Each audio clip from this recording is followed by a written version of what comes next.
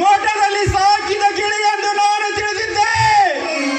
ಆದರೆ ಕಟಕರ ಮಾತು ಕೇಳಿ ಹಸಿ ಮಾಂಸ ತಿನ್ನುವ ರಣಹದ್ದು ನೀನಾಗ್ತಿ ಅಂತ ತಿಳಿದಿದ್ದಿಲ್ಲಪ್ಪ. ನೀನಾಗ್ತಿ ಅಂತ ತಿಳಿದಿದ್ದಿಲ್ಲ.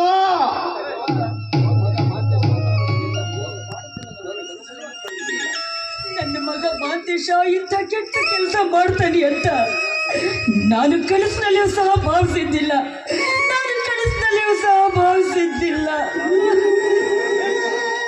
ಯಾರು ನೆನೆಸಿರಲಿಲ್ಲ ಈ ಸನ್ನಿವೇಶ.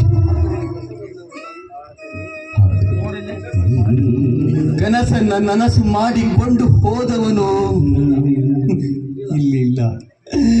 ಈಗ ಇಲ್ಲಿ ಇರುವುದು ನಾವು 3 ಜನ ಮಾತ್ರ. ಈ ಸುಂದರವಾದ ಸನ್ನಿವೇಶವನ್ನು ನೋಡಿ ನಿಮ್ಮ ಮನಸ್ಸಿಗೆ ಸಂತೋಷ ಪಡಿಸಿಕೊಳ್ಳಿ. ರಾಜ್, ಬಡವನ ಮನೆ ಹಾಳಾದರೆ ಭತ್ತ ಬೆಳೆಯುವವನ ಮನೆಗೆ ಕೊಬ್ಬು ಬರುವುದು ಎನ್ನುವ ಮಾತು ಸುಳ್ಳಾಗಲಿಲ್ಲ. ನಾನು ಏಕವಚನದಲ್ಲಿ ಮಾತನಾಡಿದರೆ ನಿಮಗೆ ಅಪಮಾನವಾಗಬಹುದಲ್ವೇ? ಯಾಕೆಂದ್ರೆ ನೀವು ಮಾನವಂತರ ಮನೆತನದ ಮುತ್ತುಗಳು.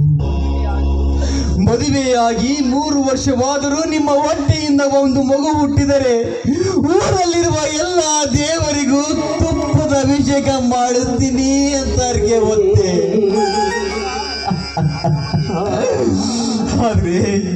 ಆದರೆ ನಿನ್ನ ಮಗ ಹಾಲು ಹೆರೆದವರಿಗೆ ವಿಷ ಕೊಟ್ಟು ಹೋದ.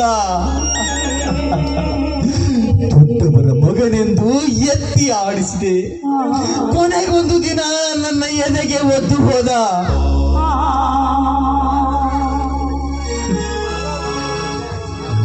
ರಾಜ್, ಮಾನವಂತರ ಮನೆತನವೆಂದು ಪ್ರಾಮಾಣಿಕತೆಯಿಂದ ದುಡಿದ ಮನುಷ್ಯನಿಗೆ ತಕ್ಕ ಪ್ರತಿಫಲ ನೀಡಿದ್ರಿ. ಈ ನಿಮ್ಮ ಉಪಕಾರನ ನಾವು ಯಾವ ಜನ್ಮದಲ್ಲಿ ಮಾಡಿಲ್ಲ. ಧನರಾಜ್, ಹಿಂದೊಮ್ಮೆ ನಿಮಗೊಂದು ಮಾತು ಹೇಳಿದ್ದೆ, ನೆನಪಿದೆ? ದುಡಿಯುವವರ ಮನೆಯಲ್ಲಿ ಆಳು ಮಗ ಎಂದು ಯಜಮಾನನಾಗಲಾರ ಎಂದು ಹೇಳಿದ್ದೆ. ಆಳು ಮಗನೇ ಆಗ್ತಾನೆ, ಯಜಮಾನನೇ ಆಗ್ತಾನೆ.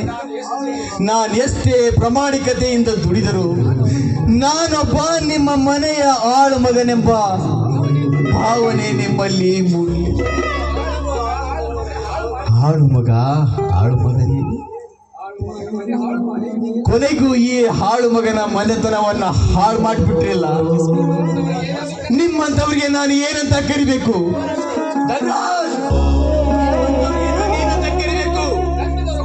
ನಂಬಿದವರ ಕುತ್ತಿಗೆಯನ್ನು ಕತ್ತರಿಸುವ ತಾಯಿಗಳ ನಿಮ್ಮನ್ನ. ರುದ್ರ, ಏನ್ ಮಾತು ಅಂತ ಆಡ್ತಾ ಇದೆಯಾ ನೀನು?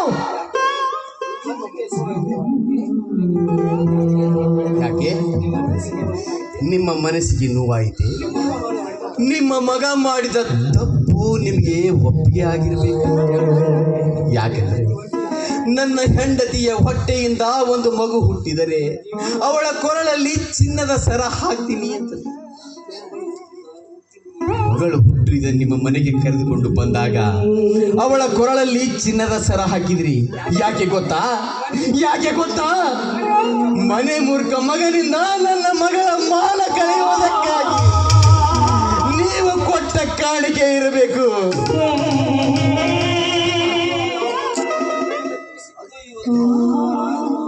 ಅದು ಇವತ್ತು ನಿಮ್ಮ ಮಗನಿಂದ ಆ ಉಪಕಾರವನ್ನ ತೀರಿಸ್ಕೊಂಡ್ಬಿಟ್ರಿ. ಧನರಾಜ್, ಮಾತನಾಡಿ. ಯಾಕೆ ಮೌನವಾಗಿ ಬಿಟ್ರಿ?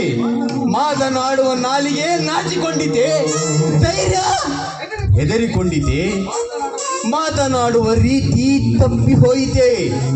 ಧನರಾಜ್, ನೀವು ಸುತ್ತು 40 ಹಳ್ಳಿಗೂ ನ್ಯಾಯ ಹೇಳುವ ನ್ಯಾಯವಂತರು, ನೀತಿವಂತರು, ಮಾನವಂತರು. ಆದರೆ ಮಾನವಂತರ ಮನೆಯ ಅಂಗಳದಲ್ಲಿ ಹಾವೊಂದು ಹುತ್ತ ಮಾಡಿದ್ದು ನಿಮಗೆ ಗೊತ್ತಾಗಲಿಲ್ಲ. 10 ಜನರಿಗೆ ನೀವು ಅಮೃತ ಕುಡಿಸಿದರೆ ನಿಮ್ಮ ಮನೆಯಲ್ಲಿರುವ ಹುತ್ತದಲ್ಲಿರುವ ಹಾವು ನಂಬಿದವರಿಗೆ ವಿಷ ಬಡಿಸಿತ್ತು. ಹೆತ್ತವರಾಗಿ ನೀವಿದನ್ನ ಅರ್ಥ ಮಾಡಿಕೊಳ್ಳಿಲ್ಲ. 10 ಜನರಿಗೆ ಬೊಟ್ಟು ಮಾಡಿ ತೋರಿಸುವ ನೀವು ನಿಮ್ಮ ತಟ್ಟೆಯಲ್ಲಿ ಸತ್ತು ಬಿದ್ದ ಹಂದಿಯನ್ನ ಮರೆತು ಬಿಟ್ರಿ. ಇದು ಮಾನವಂತರ ಮನೆತನ. ಇದು ಮಾನವಂತರ ಮನೆತನದ ಕಥೆ ಅಲ್ಲ ಅಲ್ಲ, ವ್ಯಥೆ ವ್ಯಥೆ.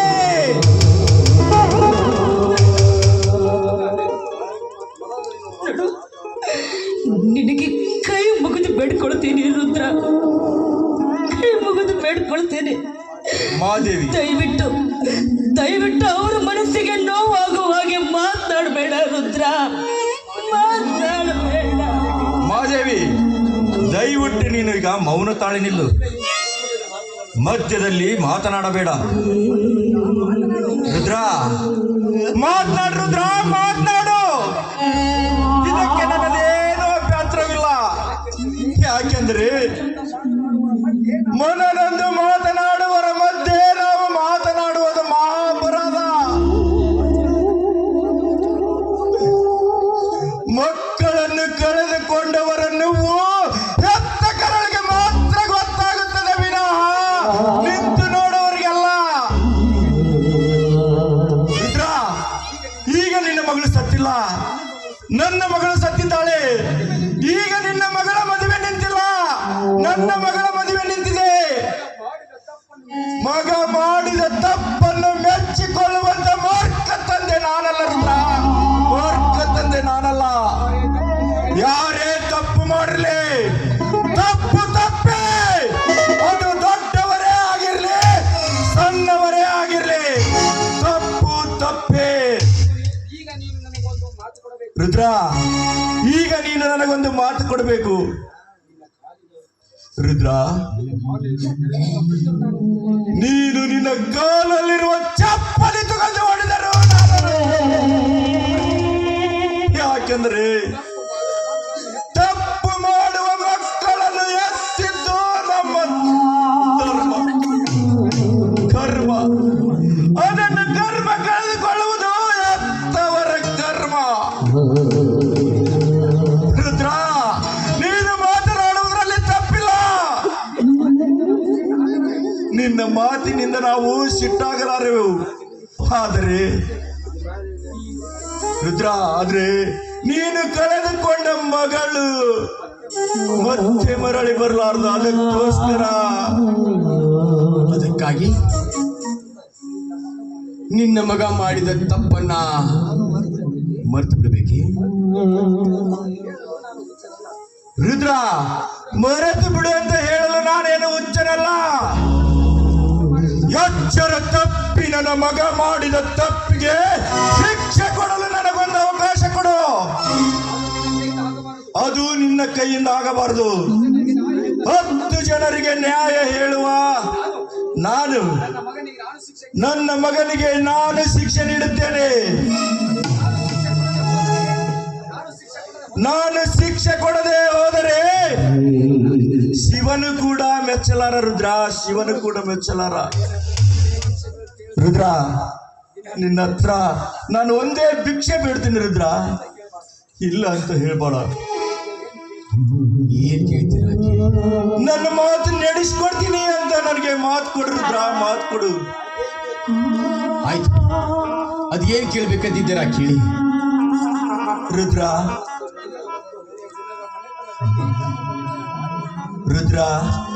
ಸುತ್ತು 40 ಹಳ್ಳಿಯ ಜನರ ಮನೆತನದಲ್ಲಿ ನಮ್ಮ ಮನೆತನ ನ್ಯಾಯವಂತರ ಮನೆತನ, ಮಾನವಂತರ ಮನೆತನ. ಇಂಥ ಮನೆತನದಲ್ಲಿ ಹುಟ್ಟಿದ ಮಗ ಇಂಥ ಕೆಟ್ಟ ಕೆಲಸ ಮಾಡಿದನಂದ್ರ ಜನಕ್ಕೆ ಗೊತ್ತಾದರೆ ನಮ್ಮ ಮಾನ ಏನಾಗಬೇಕು? ನಮ್ಮ ಮನೆತನದ ಮಾನ ಮಣ್ಣು ಪಾಲಾಗಿ ರುದ್ರ, ನಾವು ಇದ್ದರೂ ಸತ್ತಂತೆ. ಅದಕ್ಕೋಸ್ಕರ ಏನ್ ಮಾಡ್ಬೇಕು? ರುದ್ರ, ಯಾವ ಕಾಲಕ್ಕೂ ಯಾರ ಮುಂದೆಯೂ ನಿನ್ನ ಮಗಳ ಆತ್ಮಹತ್ಯೆ ಮಾಡಿಕೊಂಡಿದ್ದಾಳೆ ಅಂತ ಹೇಳಕೂಡದು. ಎಂದು ಮುಚ್ಚಿ ಹಾಕಬೇಕು. ಮದುವೆಗೆ ಬಂದ ಜನರಿಗೆ ಹೇಳಿ ಕೆಲಸುವ ಜವಾಬ್ದಾರಿ ನನ್ನದು. ನಿನ್ನ ಮಗಳ ಶವಸ್ಕವಸಾರ ನೀ ಮಾಡು.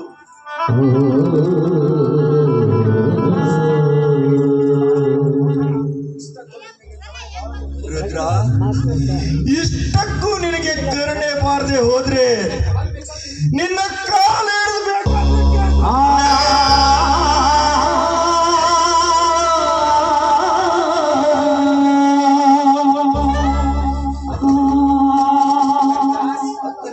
ಧನರಾಜ್, ಅತ್ತರೆ ಕಣ್ಣೀರು ಬರುವುದು ಸ್ವಾಭಾವಿಕ. ಆದರೆ ನೀನು ಹೇಳುವ ಮಾತು ಅತ್ತರೆ ಕಣ್ಣೀರು ಬಾರದಂತೆ ಅಳು ಎಂದು ಹೇಳಿದಂತಾಗುತ್ತಿದೆ ನಿನ್ನ ಮಾತಿನ ಅರ್ಥ. ಹೌದು ರುದ್ರ, ಇದು ಅನಿವಾರ್ಯ. ಏನು ಮಾಡುವುದು ಹೇಳು? ಕೈ ಸುಟ್ಟ ದೀಪದ ತಪ್ಪಿಗೆ ಪಣತೆಯನ್ನ ಒಡೆಯಬಾರದು ರುದ್ರ, ಪಣತೆಯನ್ನೇ ಒಡೆಯಬಾರದು. ಹೌದು ರುದ್ರ, ಮಗ ಮಾಡಿದ ತಪ್ಪಿಗೆ ಹೆತ್ತವರ ಹೆಸರಿಗೆ ಮಾತ್ರ ಕೊಂದು ಕೊಡಬೇಡ ರುದ್ರ. ಯಾಕಂದ್ರೆ ನೀನು ಕೂಡ ಚಿಕ್ಕವನಿದ್ದಾಗಿದ್ದಲೂ ಅದೇ ಮನೆತನದಲ್ಲಿಯೇ ಬೆಳೆದು ದೊಡ್ಡವನಾಗಿದ್ದೀಯ. ಇದು ಒಂದೇ ಒಂದು ಹಿರಿ ಭಾರವನ್ನು ಹೊರುವಂತ ಮಾದೇವಿ, ನಿನ್ನ ತಂಗಿಯಂತಿರುವ ನಾನು ನಿನಗೆ ಮಾದೇವಿ, ನಮ್ಮ ಮನೆತನಕ್ಕೆ ರುದ್ರ ಇಟ್ಟ ಅಭಿಮಾನ ನಿನ್ನ ಮಗ ಇಡ್ಲಿಲ್ಲ. ಆ ಅಭಿಮಾನ ಮೊದಲು ನೀನು ತಿಳಿದುಕೋ. ರುದ್ರ, ನೀನು ನಿನ್ನ ಮಗಳ ಶವ ಸಂಸ್ಕಾರದ ವ್ಯವಸ್ಥೆ ಮಾಡು. ನಾನು ಮದುವೆಗೆ ಬಂದ ಜನಗಳಿಗೆ ಹೇಳಿ ಬರುತ್ತೇನೆ.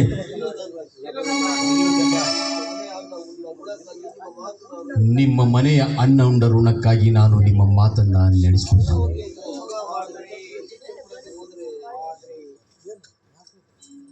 ಆದರೆ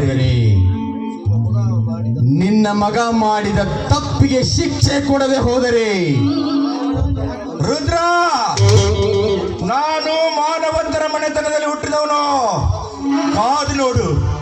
ನೋಡಿ, ನಿಮ್ಮಿಬ್ಬರಿಗೂ ಕೈ ಮುಗಿದು ಬೇಡ್ಕೊಳ್ತೀನಿ. ದಯವಿಟ್ಟು ನೀವಿಬ್ಬರು ದುಡುಕಿ ಕೆಟ್ಟ ವಿಚಾರಕ್ಕೆ ಮಾತ್ರ ಕೈ ಹಾಕಬೇಡಿ. ನನ್ನ ಮಗ ಮಾಡಿದ ತಪ್ಪಿಗೆ ಅವನನ್ನು ನಮ್ಮ ಮನೆಯಿಂದಲೇ ದೂರ ಹಾಕೋಣ. ಬೇಕಾದ್ರೆ ಈ ಊರಿಂದಲೇ ಬಹಿಷ್ಕರಿಸೋಣ. ಇದಕ್ಕೋಸ್ಕರ ಎಷ್ಟೇ ಆಸ್ತಿ ಅಂತಸ್ತು ಹಾಳಾದ್ರೂ ಚಿಂತೆ ಇಲ್ಲ. ಆದ್ರೆ ದಯವಿಟ್ಟು ನೀವಿಬ್ರು ಮಾತ್ರ ಕೆಟ್ಟ ವಿಚಾರ. ನಡೆ ಮಾದೇವಿ, ನಿನಗೆ ಇದೆಲ್ಲ ಗೊತ್ತಾಗೋದಿಲ್ಲ.